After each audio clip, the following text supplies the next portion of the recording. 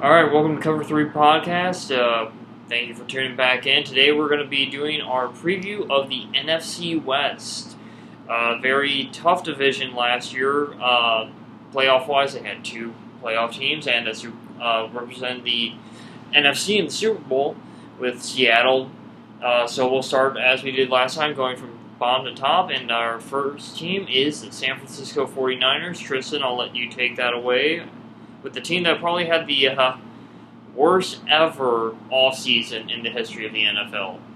Definitely. I mean, no team has had this many losses, and on a lot of different accounts. I mean, first, obviously, Jim Harbaugh, he's out. What do we got? 3 NFC Championship games in the Super Bowl. And then obviously last season didn't make the playoffs.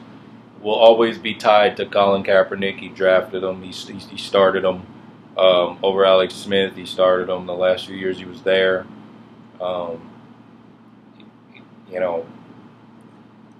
Whether or not it was fair, whether or not it was a firing. I mean, you heard all kind of stories. It was technically a firing. Technically, it was a mutual agreement. But the bottom line is he's gone. He went to Michigan. And got a big paycheck to do it too. Mm-hmm. And then you get to the player losses because those are in some ways worse because it's just so many. You start with retirement from Patrick Willis, who was top 3-4 linebacker in the game. Obviously not quite like he was in his prime, but at the same time he was still in the top 3 or 4. He retires. Chris Borland retires. Not really a big time name, but somebody who last year it was his first year. He came in injuries and played well. He retires. And now you've lost Aldon Smith, so you're losing pretty much. We're gonna get to Aldon Smith, but I mean Justin Smith. To me, that's the one that I think probably stings. Him and Patrick Willis to me are the biggest ones because Justin Smith. He's a great edge setter. He gave you pass rush ability. He was a complete player on every down. I mean, he to me, that's the one that's going to be a tough one. Mm-hmm. And then Anthony Davis on offense retired, who is not an elite left tackle. You could make the argument he may not even be good. He's more like above average. But again, who's the replacement? I mean, whoever he is, he's a backup for a reason. So, just the retirements alone were tough, but then you lose Parrish Cox in free agency, Chris Culliver, Frank Gore obviously is huge. You always thought he retired Niner, but it didn't happen. And then Mike Upati, who, great run blocker, not necessarily a great pass blocker, but still an anchor on that offensive line. Stevie Johnson leaves, probably not a big loss. Greg Roman leaves. Most 49er fans feel like it's not a big loss. But no matter what you think about Greg Roman, it's a new system now. And a quarterback in a new system, it doesn't always go well, especially without a good offensive line now, without great weapons around him. And by great, I mean, is their team comparable to last year? Torrey Smith, yeah, that's an addition. That's a plus. But what kind of Vernon Davis am I getting? Is he healthy? What kind of Colin Kaepernick am I getting? What kind of offensive line do I don't know. But I know this. They went through a lot, and then to top it all off, Aldon Smith does something else stupid and winds up getting released yesterday. So this team, I don't see a way they win more than 6 games, and I think I'm being nice saying that. I was going to say maybe 4 or 5, because you got to think, is Colin Kaepernick going to take that next step from being a guy who can step back, go through his reads, and then make a decision? Or is he going to be the guy we saw last year, look at one guy and then go, okay, he's not open, I'm taking off and running? Well, yeah, and that's, I think, the one thing that people forget. I love, because when I see analysts talk about Colin Kaepernick, they always talk stupidly. They why don't they let him run? No, it's not they're not letting him run. Defenses aren't letting him run. It's called quarterback contained. They're keeping him in the pocket and making him beat them consistently from the pocket. He's not doing it. Now, This offseason, we heard about the reports. He's working out with Kurt Warner. Is he better? everybody in off-season, especially quarterback, everybody looks good. Everybody looks good with no pads on in OTA. Everybody, even the quarterbacks, look good with pads on because they're not getting hit. Yeah. So until it comes to a real game situation, which their first preseason games against Houston. Yeah. I mean, let's think about that for a minute. It's Houston. If Jadeveon Clowney and J.J. Watt are starting, which I would imagine they both are, let's see what happens when they decide to blitz both of them at the same time. I don't worry about preseason. Preseason is. I know, but still, how's he going to react? That first game against Minnesota. That's the game that I'm looking, because Minnesota's got good defense. They got some players over there, especially with Anthony Barr going into his second year. He had a great rookie season. I don't expect. Yeah.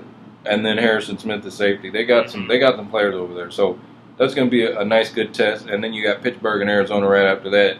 Then Green Bay. I think those first 4 games for 49ers. And then the Giants, and then Baltimore. Those are 5 teams with either 6. Sorry. Yeah. Those are 6 teams with either very above average or very good defense. Yeah. Especially if JPP's back for the Giants. Then you're talking about 6 teams that are going to probably be in the top 12, 13 in defense this year. Yeah, so you look at their schedule. Oh my God! Then they got Seattle. So then they got Seattle. then they got St. Louis. Yeah. So Murderer's Row for the 49ers. Their first easy game is the Bears, and that's on the road. I was going to say Atlanta. Well, I wouldn't say easy, but that's probably the first the first game that they might be favored in, maybe. Yeah. It just depends on until they play Chicago and Cleveland. It could be a very rough start, but then again, I mean, we are still. It's a preview. We could be completely wrong about this, so don't take our word. Take our word seriously, but not to the extent that we already know who's going to win the Super Bowl. Well, I wish I could look into a crystal ball and tell you. All I can say though is this team. They don't have the pieces to overachieve. In 2011, they had. Everybody picked them to finish last, but what did they have? They had a great offensive line, a great defense. Yeah, and that's all gone. Yeah, they don't have either of those now. So, and I mean, they have 1, maybe 2 good receivers if Vernon Davis stays healthy. Right. And then Torrey Smith. Anquan Bolden is good. He's not great, but he's getting up there in age. He's not going to be able to make the same. He never was really incredibly fast, but is he going to be able to bully DBs around? Yeah. I mean, we saw him bully Sherman around, but Sherman finally just was like, okay, I'm going to stick you at the line because I know you can't run past me. Right. Yeah, exactly. Yeah. So they're going to have, it's going to be interesting for them, but, bottom line for the 49ers is, as with most teams, it starts with Colin Kaepernick. If he plays well, they will overachieve. Whether that means playoffs or not, in that division, in that conference, it still remains to be seen because you got 3 good defenses in that conference. I mean, in your division. You got to play Seattle twice. They swept you last year. They've won 3 in a row on you or 4 in a row, really, overall. Yeah, counting the NFC Championship game 2 years ago. Mm-hmm. The Rams defense almost shut you out at home last year. And then the Cardinals defense, you split with them, but they got a real good defense. So they have a lot to overcome. The 49ers have a lot to overcome. Mm-hmm. I don't know if they can. I predict that they won't. Kaepernick's always been sort of a one-trick pony.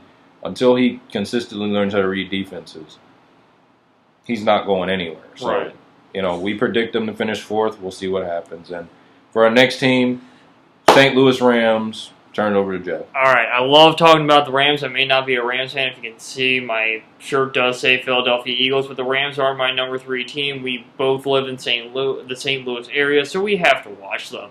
And they're fun to watch at times. Yeah, they are. I will say this. Yesterday, Nick Foles got a 2-year contract extension worth possibly $24 million. I think that's a fair deal, but I would have rather let him play a few weeks before. Don't forget the clause in that extension. The clause is if he makes the Pro Bowl, he is a free agent. Oh. After the first year. Okay, I did not get that part. I guess that part didn't come over my phone for some reason. Last night, Bleacher Report was tripping on me. Yeah.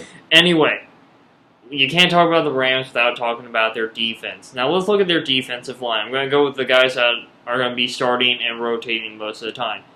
Chris Long, Robert Quinn, Arnold Dolan, and Nick Fairley are your starting 4. If Nick Fairley stays healthy, you are talking about the best front 4 possibly right now in the NFL. Usually I would give that line to the Lions, but, well, we already know we'll get to the Lions when we get to the NFC North and everything they lost on their front four.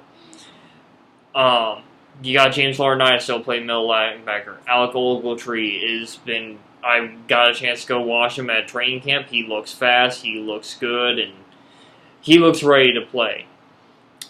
The defensive backfield could be better, but you still got TJ McDonald there, who I feel is really starting to grow into that safety position.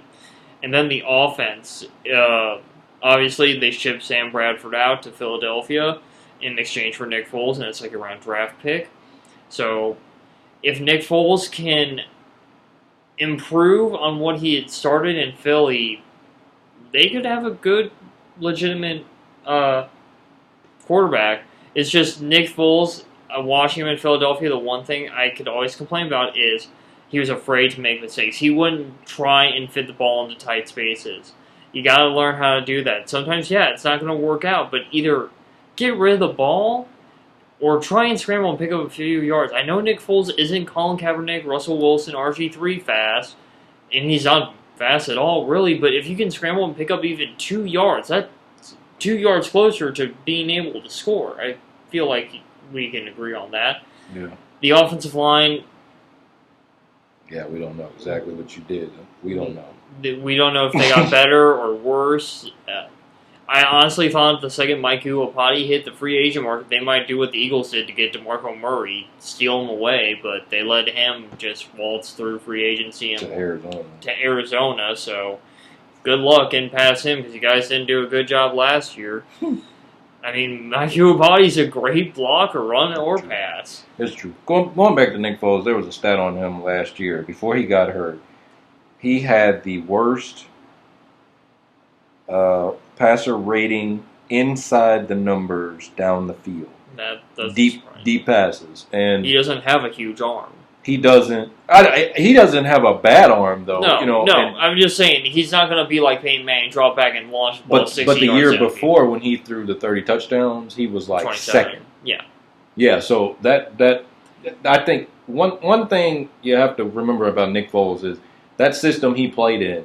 First of all, it was all shotgun, so he's learning a new system that's under center. Mm-hmm. That's a transition. Mm-hmm. So that's one thing. And then the Rams don't have either the talent necessarily or the creative minds of the coaches like the Eagles had. When you look at their running backs, they've got talent there.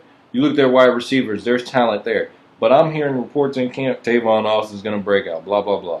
Tavon Austin is what I've been calling him since he's come into the league. He is the highest paid punt returner in the league because that is all he has done right now. Pretty much. I'm not saying he's not going to break out. I'm saying the odds are he probably won't. Now, if he does, Rams are going to have a good offense. They're going to have a real good offense because I think they will, Jeff, be able to run the football, especially with Todd Gurley being that first-round pick. The question is how healthy is Todd Gurley going to be week one? Jeff Fisher already said, don't expect Todd Gurley to play in the preseason. Yeah. As a rookie, wouldn't the preseason be kind of the, try and get some of the growing pains out? Right. And how good is Todd Gurley going to be pass blocking? Because a lot of people forget that running back, especially in a under center, he's going to be asked to block from time to time. Right. Especially if Nick Foles can pick out the mic against teams like that they got to play. I mean, week 1, at home against Seattle. Week 2, Washington. Week 3, Pittsburgh. Week 4, Arizona. Week 5, Green Bay. Week 6, Cleveland. That's a good defense right there. And then, then 49ers, and we don't know, Yeah. Honestly, we both think this team that has the talent to finish third, but if it wasn't for maybe the 49ers losing everything they lost, we'd probably be talking about this team finishing fourth. Yeah. But they are the one team that has the defensive talent, and we know they're talented on offense. We just aren't sure what, because keep in mind, here's my concern with Nick Foles more than anything. He got hurt last year, and he missed like 10 games or whatever. Yeah. The Rams the last 3 years have been playing backup quarterbacks because Bradford couldn't stay healthy. And in the last 2 years, it wasn't just Bradford. They were playing third-string quarterbacks. That's what worries me. Davis. Is it the training staff? Is it the player? Is it a combination of both? Maybe they should do what Chip Kelly did and do the sports science and hire a former Navy SEAL to be your trainer. That's what the Eagles did, and they last year had one of the healthiest teams in the NFL according to statistics. Yeah. So, I mean, can he stay on the field first? He signed the extension. That's great. Mm-hmm. It actually is a total of 3 years if you include the deal he's already on, and $24 million. He gets 14 up front guaranteed. Based on team performance or how he performs, he could be a free agent after this year. I think it's a good deal for both sides. The Rams obviously have the cap space. And me and you both felt like, let's not give this guy an extension yet. To give him a 1 year sort of prove it deal and a raise, I think it's good. I do. I think it's good. You get to see exactly what you have, and if you don't have anything, you'll be picking high anyway, and you can let him go. So, yeah, it's good. But the Rams, those first 6 games, just like 49ers, that's going to determine their season pretty much because they don't have necessarily the horses, so to speak, to be 1-5, as we've seen with them the last 2 years. They've had bad starts. That's the Rams' Achilles heel. Bad start. Their defense, even their defense the last couple of years, the first half of the season, it was like, okay, that's not the defense it should be. And then the last half of the season, they've been like destroying people. And now we're like, there it is. Yeah. That's what we were supposed to see. Robert Quinn finally must have got off the bus. Yeah.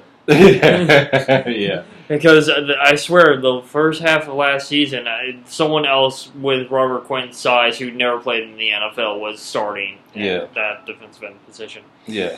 So we think they'll finish third, and I mean we'll honestly see. I feel like this is a year they could be 8-8, 7 or 9. Yeah. Their schedule definitely not favorable, seeing as they do play the whole AFC North and the division they're in. But I feel like Nick Foles has the talent to take that next step. And honestly, the strength of this team is the defense. And one of my favorite sayings is defense wins championships. And you just have to not blow it, basically. Yeah. If you're Nick Foles, we're not going to say they're going to come out and beat Seattle, but they did beat Seattle last year. But they did. I mean, they did. Jeff Fisher was very, very ballsy. Mm-hmm. I mean, fake field goals, fake punts, and Seattle was just lost on special teams. Yeah. They have a chance. They have a chance. They do because they have what you assume is a running game. Even if Gurley's not running, Trey Mason is good enough at least. They're going to be a run-first team, play action passes off that. We'll see. They have the formula. Can they keep their quarterback healthy, and can they not have a bad start defensively? Yeah. Because their defense is good enough to win them a 10-6 game. Mm-hmm. But is it going to take them 4 or 5 games or 6 or whatever to get to the point where it's in that elite status like it should be? So we'll see. And moving on to the next team. Arizona. Last year, Arizona scared me once the time playoffs started. But we all saw Carson Palmer go down with another nasty knee injury. I hate to love Carson Palmer. Right, because he can fool you.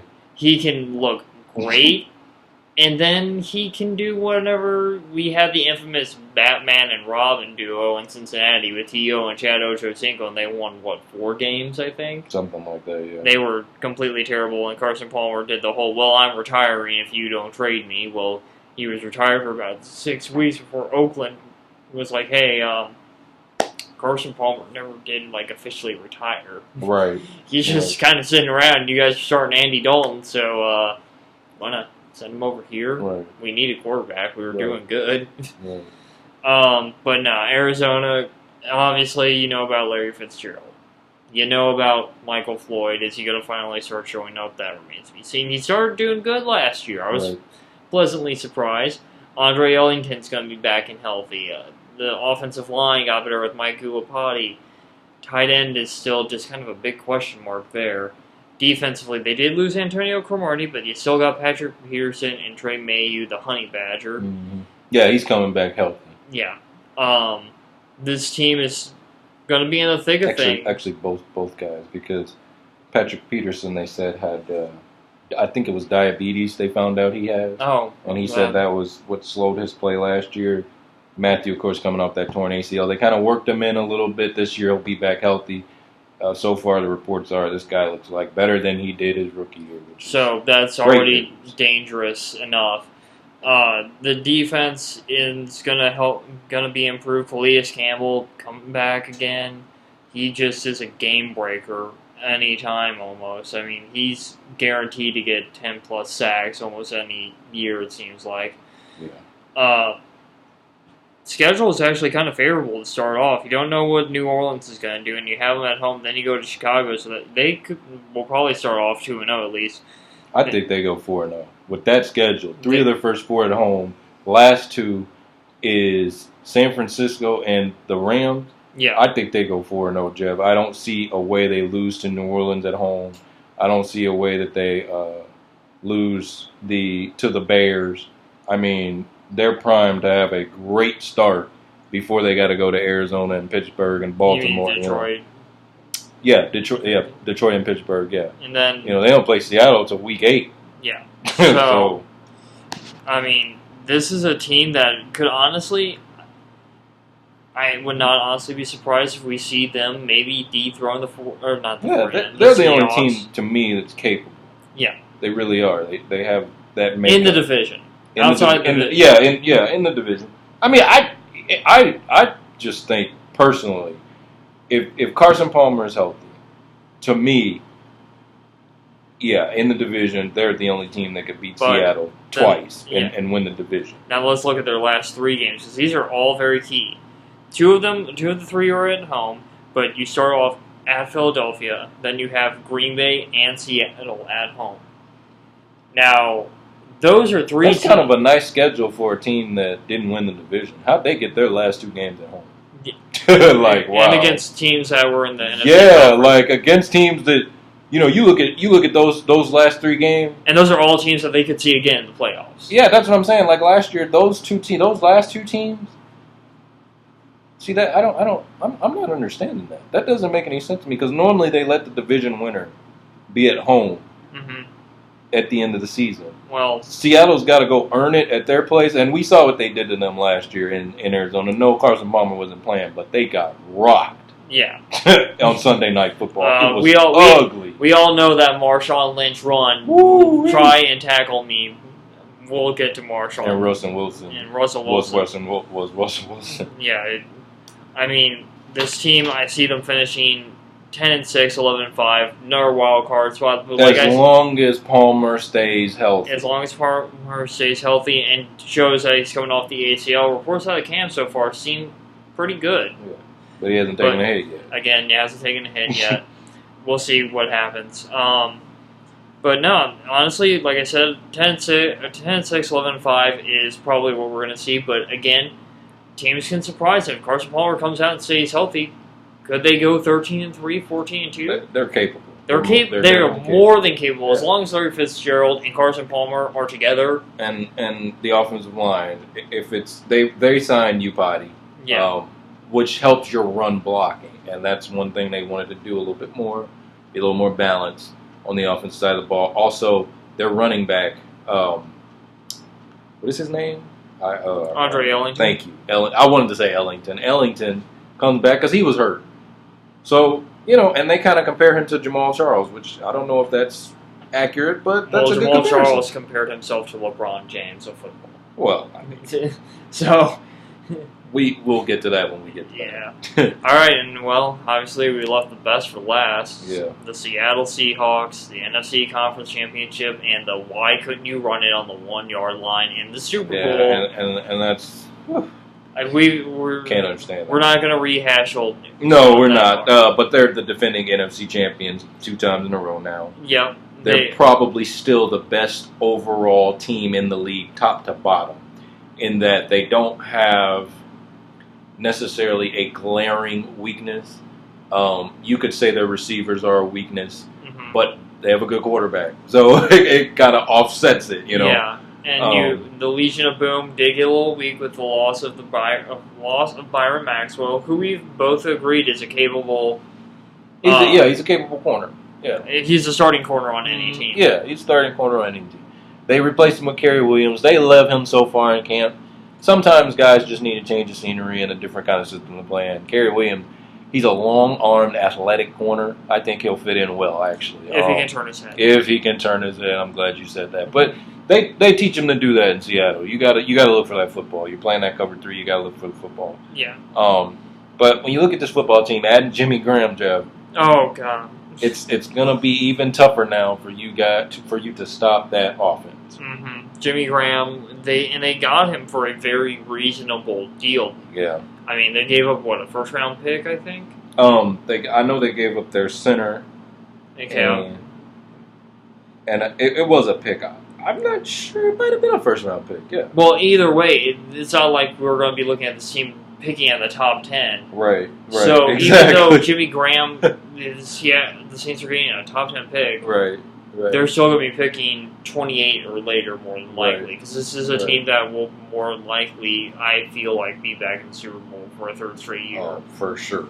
Yeah. Unless Richard Sherman, Russell Wilson, Marshawn Lynch, and Earl Thomas all go down with ACL injuries, which would be the worst look I think I'd ever see when you lose your 4 best players. Right. But this is the best team to me, top to bottom. I just think what they've shown you is their defense is an elite defense. When you have an elite, I think a lot of people talk about last year when they played the Packers in the NFC Championship game. What you probably didn't talk about. The only reason the Seahawks could make the comeback is because they kept holding Green Bay to field goals. That was the key. I mean, Green Bay can go up and down the field against anybody. And all of a sudden, they come in the CenturyLink, they play that cover 3, and all you saw was 22 points from an Aaron Rodgers-led, healthy offense. Yeah. That says a lot about what their defense can do, and that's why they're always going to be right there at the end. And honestly, Green Bay got elite. Yes. Go ahead. I'm sorry. Go ahead. Green Bay got very lucky that Russell Wilson just came out and wasn't sharp in the first half. He threw 3 or 4 interceptions total in the game. I mean, that's not the Russell Wilson I've watched. And no, right. Russell Wilson, honestly, is one of the best protectors of the football in the NFL. I mean, he does not turn the ball over unless it's the Super Bowl or the NFC Championship game. At 5 turnovers. Yeah. Worst game of his life by far. Yeah. But this is a team that's going to come out and that will win the West, number 1 seed in the playoffs, maybe a big test already. They got to go to Green Bay week 2, and Green Bay is hungry for their revenge. Yeah. Green Bay went in there twice. It went to CenturyLink twice. They want them to come to Lambeau twice. Yeah. I mean, and Lambeau can get loud and rowdy. Yeah. I mean, and it's going to be a night game, a Sunday night game, of course. Well, I mean, everybody's going to want to see that game. Yeah. But they've got a schedule that, Seattle is. There's not one game on their schedule they can't win because they have a great formula of taking time off the clock and a great defense, a quarterback that doesn't make mistakes. Their tough games are Green Bay. I think Carolina's going to be a little bit of a challenge. It's always a beat 'em up 13-10 kind of game. Dallas, I'm just naming off playoff Obviously, teams. Pittsburgh, yeah. Baltimore, yeah. And then the 2 games against Arizona, and probably 1 game against the Rams, because the Rams last year showed that they can beat teams that are in the playoffs, especially when they picked off Peyton Manning all those times, which we didn't even talk about. But right.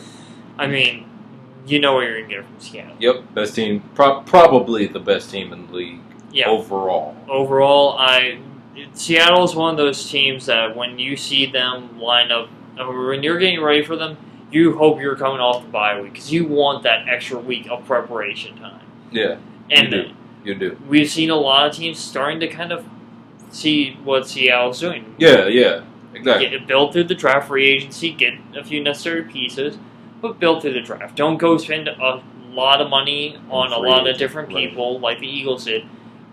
Throw a lot of money at one guy and then build the rest of the draft.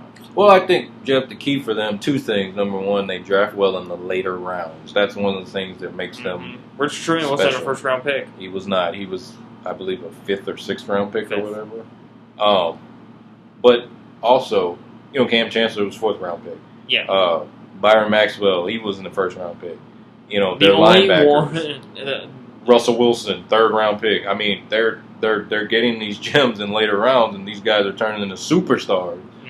That's going to make you be able to say, you know what, yeah, we can let this guy go in free agent. Yeah, we can let this guy go because we know how to draft. But for me, their whole season actually comes down to, I don't want to say their first few weeks, but how healthy is Legion of Boom? We've heard the reports already. Yeah, Earl Thomas is cleared to practice now, but he's still coming off an injury, a significant one. Sherman is hurt as well, and Chancellor's holding out. So, Jeff, you're starting to see that dynamic of when you're a great team and you have great players, they all want to get paid with the Cam Chancellor situation. Mm-hmm. Now they've got all their money wrapped up in 10 players, they said, for the most part, most of their money. Yeah. And we've named those 10 players. Let's see if they have a Super Bowl loss hangover. Let's We've see. seen it with other teams. Yeah, and it's not like their loss wasn't heartbreaking. They lost the game themselves. It wasn't like they literally, they gave the game away. Mm-hmm. Like 1 yard line, championship staring you in the face. All you got to do is score. And they had 2 guys capable of doing it. They could play action to Marshall on Lynch, and then Russell Wilson could have literally walked it in. Yeah. Or Marshawn, whoever. Yeah. Could have done reverse. Malcolm Butler, a guy no one ever heard of. Yeah, give the Patriots credit. They took the game with the opportunity Seattle gave them. Yeah, it wasn't like, New England did not deserve to win. Yeah, that's not what we're saying. But at the end of that game, everybody was saying right now, oh, it's a foregone conclusion. These guys are going to win their second Super Bowl in a row. Mm-hmm. So let's see what happens. Pete Carroll said in camp that they're over it. We'll get a chance to see because that defense isn't healthy right now. And honestly, the team probably isn't over. They're going to say, oh, it's over and done with. It happened. Well, we'll see. We'll see when they play. We'll see when they play. Are they healthy? Secondly, how are they going to play? And honestly, if I was the opposing team, I'm going to maybe, hey, you're going to throw it on the 1 yard line. A little trash talk can go a long way. Play with the psyche of Russell Wilson. Oh, trust me, $87 million. He's got a good psyche, I think. All right. We didn't say anything about that contract he signed, but I think everyone knows about it. He didn't. $60 million guaranteed. Yeah, he's not the highest paid player in the NFL, but he's darn close. Very. All right, that covers the NFC West. Recapping again. Number 1 team, Seattle. Number 2, Arizona. Number 3, St. Louis. And bringing up the rear, probably the 49ers. That covers it here. Jeff, it's Tristan. And that ends Cover 3 podcast. Next week we'll be doing the NFC North, so stay tuned.